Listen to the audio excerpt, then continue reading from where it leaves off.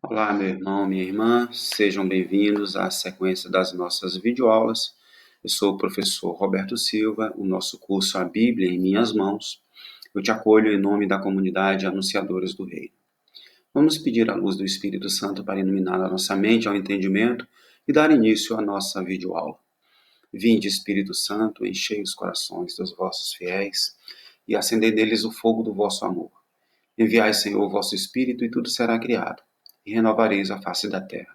Oremos, ó Deus que instruíste os corações dos vossos fiéis com a luz do Espírito Santo, fazei que apreciemos corretamente todas as coisas segundo o mesmo Espírito, e gozemos sempre da vossa consolação. Por Cristo, Senhor nosso. Amém. Estamos juntos em nome da Trindade Santíssima, o Pai, o Filho e o Espírito Santo. Amém. Muito bem, dando continuidade à nossa sequência de videoaulas, vimos no nosso último tema, as nossas duas últimas videoaulas, né, as escolas ou tradições de Israel. Vimos a tradição javista, a tradição eloísta, a tradição deuteronomista e a tradição sacerdotal, e vimos também a inspiração bíblica. Nessa nossa videoaula de hoje, vamos ver os gêneros literários.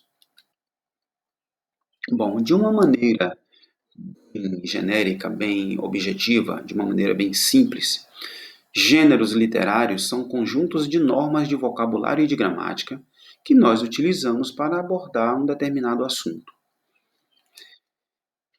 Vamos citar aqui alguns exemplos para facilitar o entendimento, né? Existe um gênero literário que está presente, por exemplo, numa lei. O texto de uma lei, ele deve possuir sempre clareza e concisão, não permitindo dúvidas de interpretação. Então, estando diante de uma lei, o texto não pode ter metáforas, parábolas, tem que ser um texto claro e conciso. Então, nós temos dentro da Bíblia, no livro do Levítico todo, é um código de leis. Deuteronômio é um outro código de leis. E eles são claros e concisos e não dão margem para interpretação. É aquilo que está escrito, assim é a lei. A poesia, por exemplo, ela já é subjetiva, é metafórica, né? As metáforas são palavras que têm um outro sentido e que são aplicadas para dizer uma coisa floreada sobre uma determinada pessoa, sobre um determinado objeto. Por exemplo, quando a gente fala que uma pessoa é doce, a gente quer dizer que aquela pessoa é agradável, tem gestos e comportamentos agradáveis. Não significa que dizer que uma pessoa seja doce, que aquela pessoa tem o gosto do açúcar, por exemplo. Não é isso. Então, a poesia é assim, subjetiva e metafórica. Nós temos também, dentro do texto bíblico, poesia, está lá presente nos Salmos, e temos muitas metáforas também no texto sagrado. Temos uma outra expressão literária que é a carta. A carta pode ser uma crônica, pode ser uma exortação, pode ser uma recomendação. A carta pode expressar uma saudade, pode expressar amor, etc. Então, quando estamos diante de uma carta, estamos diante de um texto que normalmente apresenta sentimento da pessoa que escreve. E a gente vê, por exemplo, as cartas de São Paulo, as cartas dos apóstolos, outros apóstolos, né, como Pedro, como João e outros, né? Nós vemos as cartas e elas fazem exortações às comunidades, enfim, né? Então são estilos literários diferentes, né? Outro estilo literário muito presente nas palavras de Jesus é a parábola, que é um tipo de texto que expressa uma figura de linguagem. Ele sempre faz uma comparação. E essas comparações nos ajudam a compreender uma realidade que a gente não enxerga, baseado no paralelismo que é feito com a realidade que a gente presencia no dia a dia. Então Jesus usava muito a figura dos pastores, dos pescadores, para falar do reino dos céus usando parábolas. Outro estilo literário, né, é a historiografia. O que é a historiografia? É um registro histórico, um registro escrito da história. É o relato escrito de um acontecimento que de fato se deu. E isso é historiografia. Então nós temos toda uma historiografia presente na Bíblia, a historiografia israelita. Temos o livro dos Juízes, o livro de Josué, de Samuel, livro dos Reis. Todos eles compõem uma grande historiografia, um relato escrito do que aconteceu de fato em Israel. Nós temos também um estilo literário que é o canto lírico. São cantos que dão destaque para as potências vocais, né? O trato vocal. Então, nós temos nos Salmos, por exemplo, cantos líricos, né?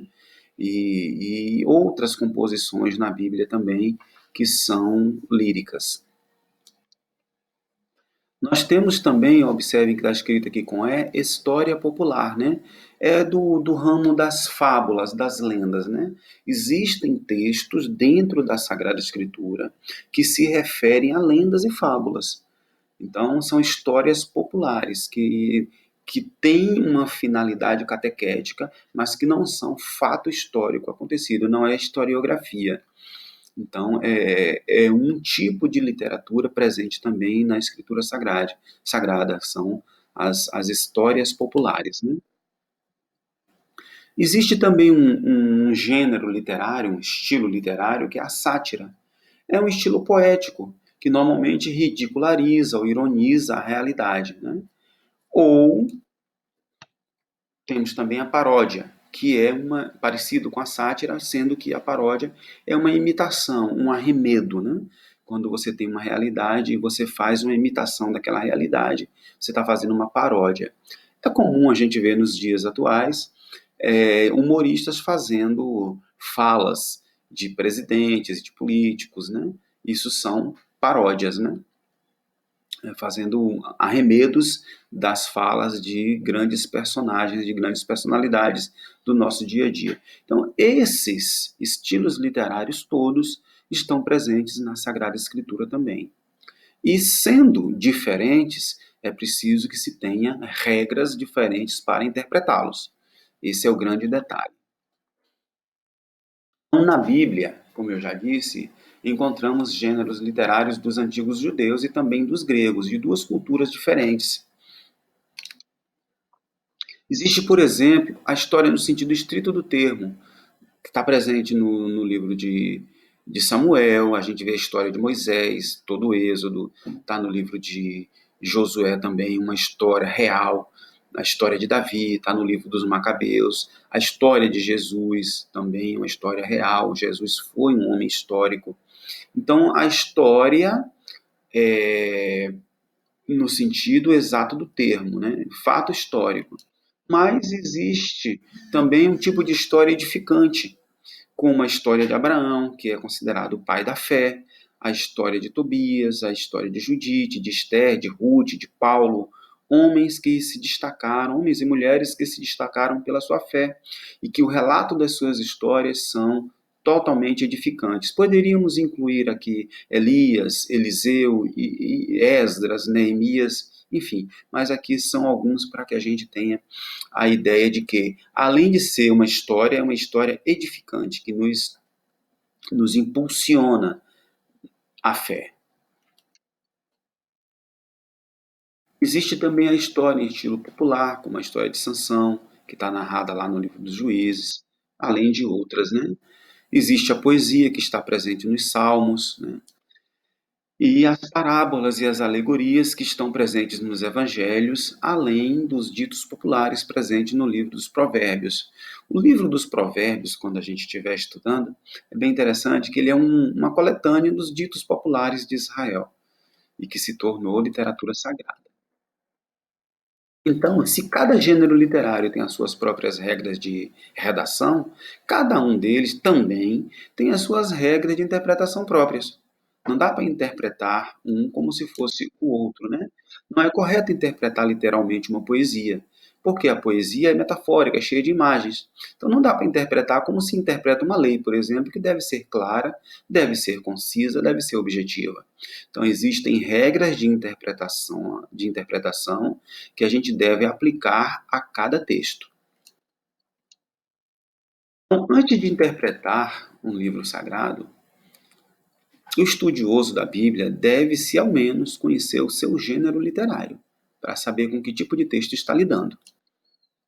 Então, eu vou me fazer a seguinte pergunta: eu estou diante de uma poesia ou eu estou diante de uma parábola? Eu estou diante de um fato histórico ou estou diante de uma crônica? Então, por exemplo, o relato da criação, que está nas primeiras páginas do Gênesis, do capítulo 1 até o versículo 2, 4, letra A, ele é um hino litúrgico. Logo, é poesia. Não é um relato histórico nem científico. Eu já falei numa outra aula anterior que não podemos retirar da Bíblia lições de ciência. Ela não está ali para isso.